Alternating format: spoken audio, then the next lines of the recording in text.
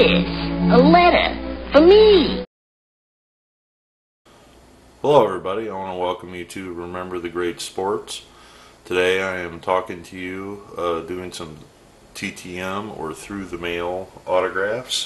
This is my first ever attempt at shooting a video like this.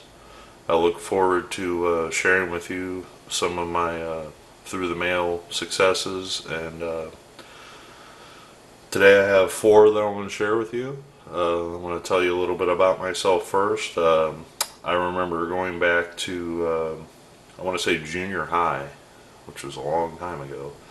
I remember a kid brought the address book to school one day, and he showed it to me in the playground or study hall or whatever, and I was so excited. I grabbed my notebook and I started writing down the addresses of everybody I could think of. Mickey Mantle, you know, at the time Mantle was still alive, you know, all the greats, Reggie Jackson, you know, etc.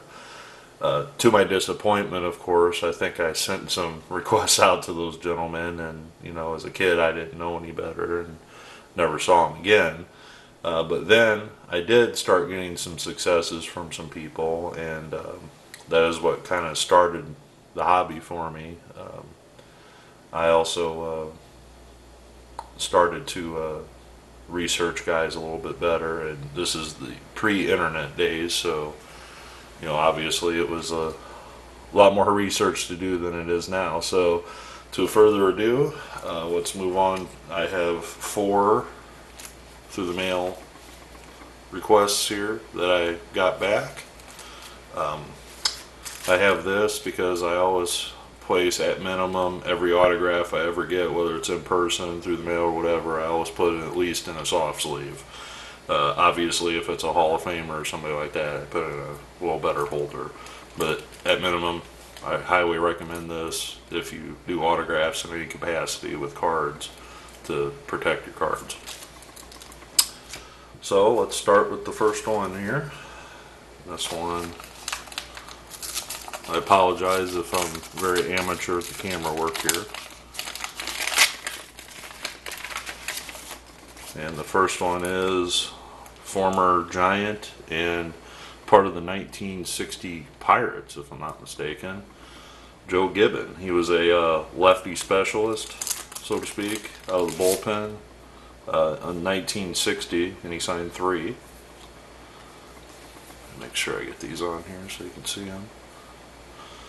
But Gibbon signed 3 of them, it looks like, and he, I believe, was a rookie in the 1960 season, and he got a World Series championship. And obviously this is later in his career when he was with the Giants, obviously, as you can see from the cards. So that is my first success of the video. And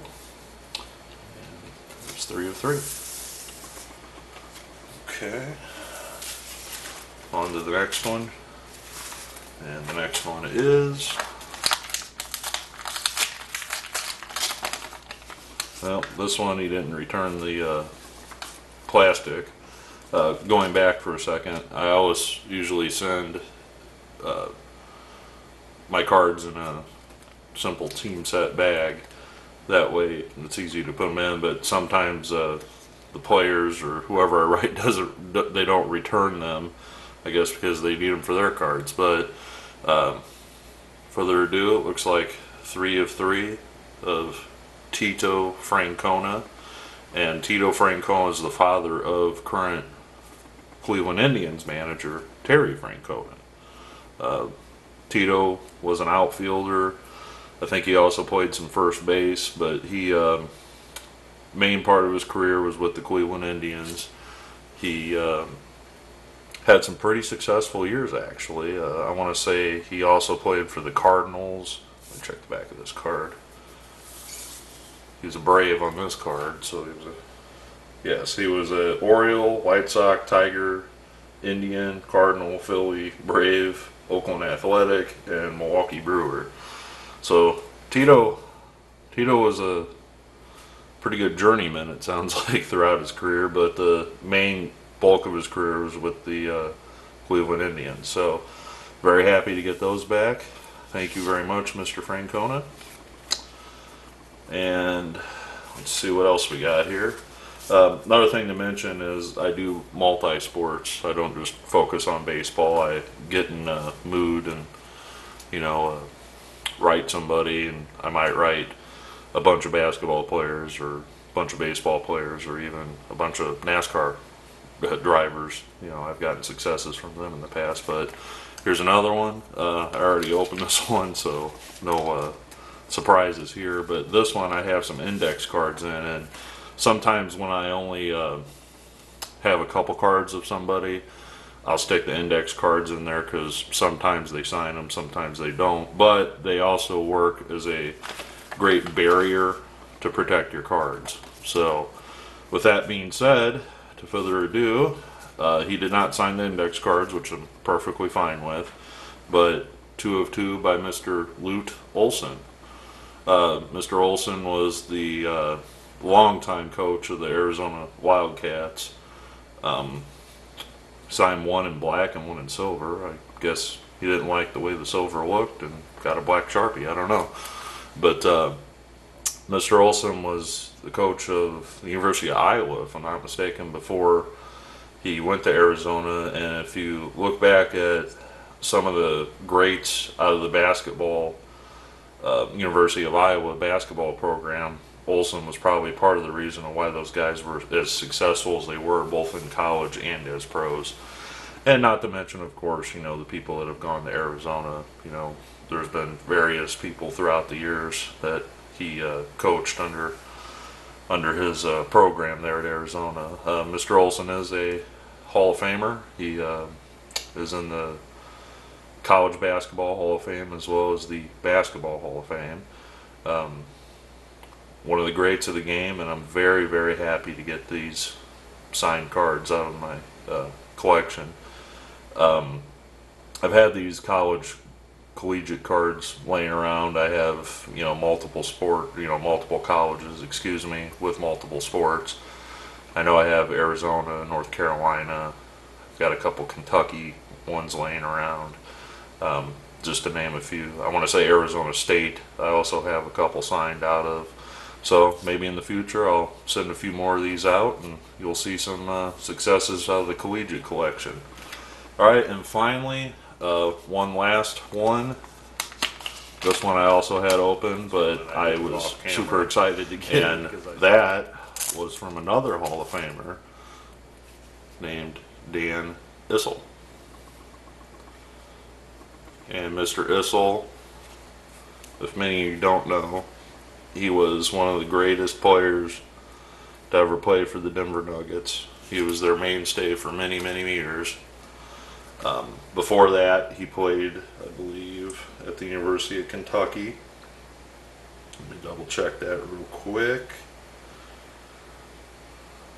Yep, he played at the University of Kentucky. Then he was drafted, I believe, by the Kentucky Colonels, which is a now defunct. Oh, I take that back. He was selected by the Detroit Pistons originally.